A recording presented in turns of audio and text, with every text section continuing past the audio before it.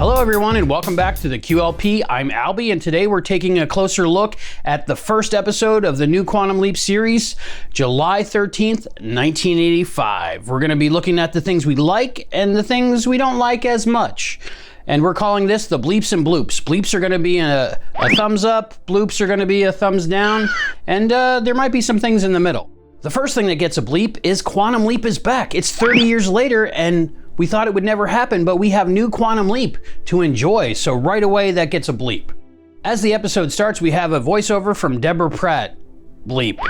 That was just heartwarming, and it really said to me, this is Quantum Leap, so I really like that. The next thing that gets a bleep from me is Leo Suh. He welcomes us to the party, and really he welcomes us back to the new Quantum Leap. And it was great seeing him in this episode. We talked to him a little bit, and if you check out his social media, you'll see a video of his son seeing him on the television, and it's just, it's the best. The next thing I have to mention is Ian's pink suit. This is amazing, and it kind of sets the stage for what Ian's fashion-forward look will be in the coming series, and I just really like that, so that gets a bleep.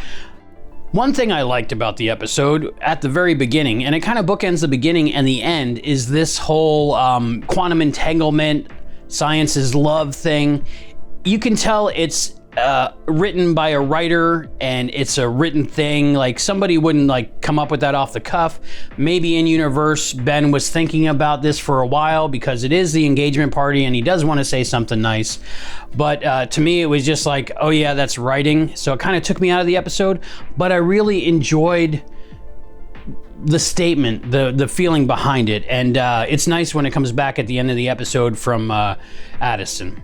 Oh, and speaking of the engagement party, that last touch with their hands, Addison and Ben, and just that whoosh sound, and knowing that we won't see Addison and Ben again together until maybe the end of this series, or maybe the cliffhanger between seasons when they switch places and there's a canon, and oh, I don't know. Now, our first bloop of the episode is the casting of Nick and Ryan.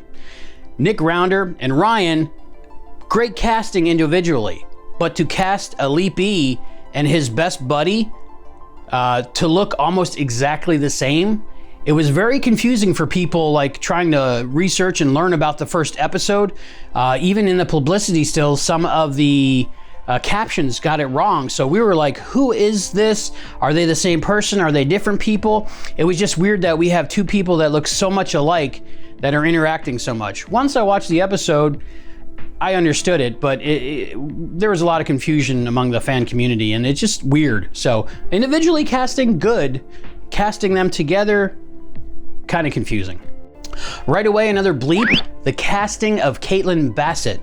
Wow, her acting in this episode, amazing. Hit it out of the park. You can actually feel the emotions that she's trying to convey, and you feel as though it's real. You don't say, oh, she's acting. There's a fine line between overacting and being believably genuine, and like she nailed it, and wow, she is just gonna be amazing in this role. Another bleep is the music drops in this episode. It was so good to hear all these songs. A lot of times for television, like you'll hear a temp track of an episode and they have great music, and then when it actually comes out, they can't afford the rights to all of them, but man, this episode was packed with great music. Another bleep is the funniest line of the episode, probably, is Ryan's line about, you're the getaway driver, man. Get us away, man. That was great. That was just funny, and funny on the third time I watched it even. I got to give a bleep to the visual effects team because they got rid of all the Philadelphia palm trees. I don't know if you noticed like I did in the trailers, but there was a lot of palm trees in Philadelphia, Pennsylvania. Anyone who's been to Philadelphia, Pennsylvania, know there's no palm trees to be seen. So it was really good to see that they were all removed. I couldn't see a palm tree in the final episode whatsoever. So good job on that. Another bleep is the casting of Michael Malarkey. Are there any Vampire Diaries fans out there? Yes, Michael Malarkey. It was great to see him in this episode. I was so excited. But we also got a bloop because really they didn't use him that much. He was there. He didn't do much, had a few lines. I was hoping to see a lot more of him, and we just didn't see enough of him. That's possibly due to just so much they were trying to jam pack in this episode. And that brings us to another bloop. There was too much jam-packed in this episode. It seemed to be written as a two-parter, but they squeezed it into a one episode, and it was just way too much in too little time and too fast-paced, and it was like a lot of people said, it was a trailer of an episode-long trailer of an episode. It was just way too much, way too fast, and you couldn't really feel what's going on and settle into the universe because it was crash bang boom the whole time. So that gets a bloop. Another bloop is the unfinished visual effects. Now, technically these are finished, but I'm gonna say they're unfinished just because they really look bad and it takes you out of the episode. When we see Addison come back to the project, when she like winks out of existence in Ben's reality, it just looks not good. I mean, it looks not good. So I know they're rushed for time probably, and it was last minute and they did their best, and they probably didn't give the visual effects person enough time or money to get it done, and it is what it is. Hopefully that's something they go back and finish and re-upload a new file. So that kind of takes you out of the episode. So that's gonna get a bloop. The next bleep is Ian's second outfit. Really nice work suit. I like the jacket. They were just looking really good in that outfit. So that's something that I think they're going to take over from Al Calavici in this incarnation of Quantum Leap. And I look forward to seeing more and more outfits on Ian. So I hope they release like a Ian fashion doll with different outfits that we can play with at home. But really, really good. So that gets a bleep from me.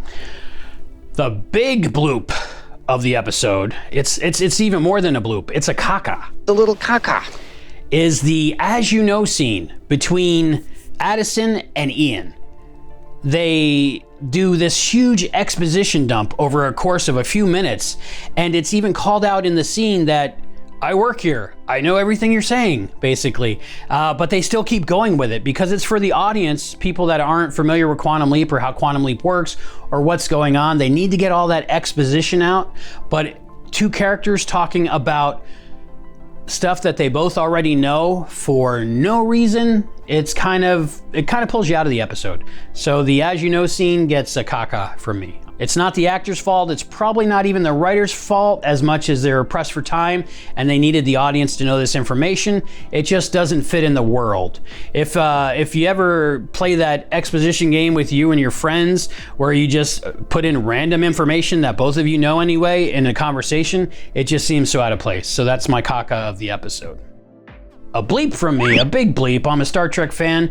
Seeing Ben say, beam me up. I just like that. So he got a little confused on how Quantum Leap project works because he lost his memory, but it's always great to hear a Star Trek reference in something.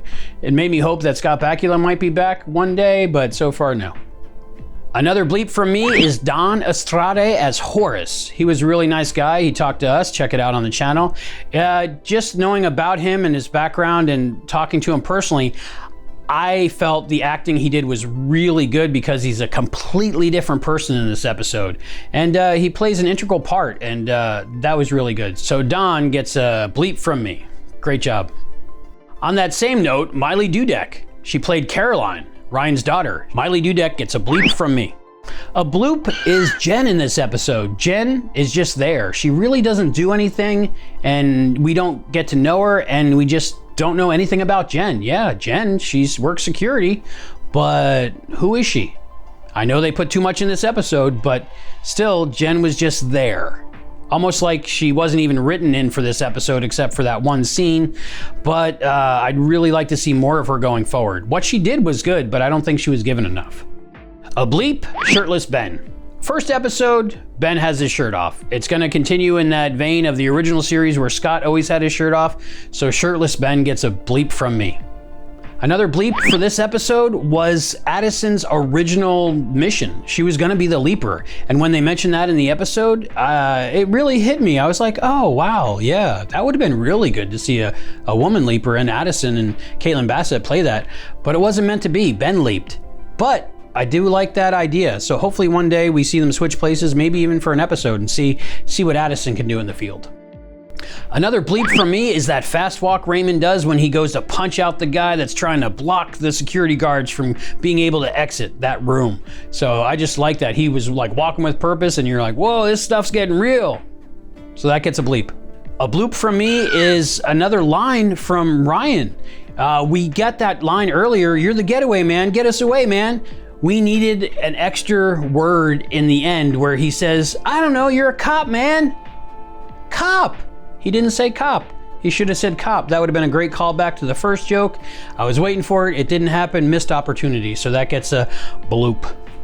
Another bleep is mentioning Sam Beckett and Al Calavici. Those were two good things. So I'm going to give that 2 bleeps. And it was nice to know that they're in this universe and they're not ignoring the original Project Quantum Leap.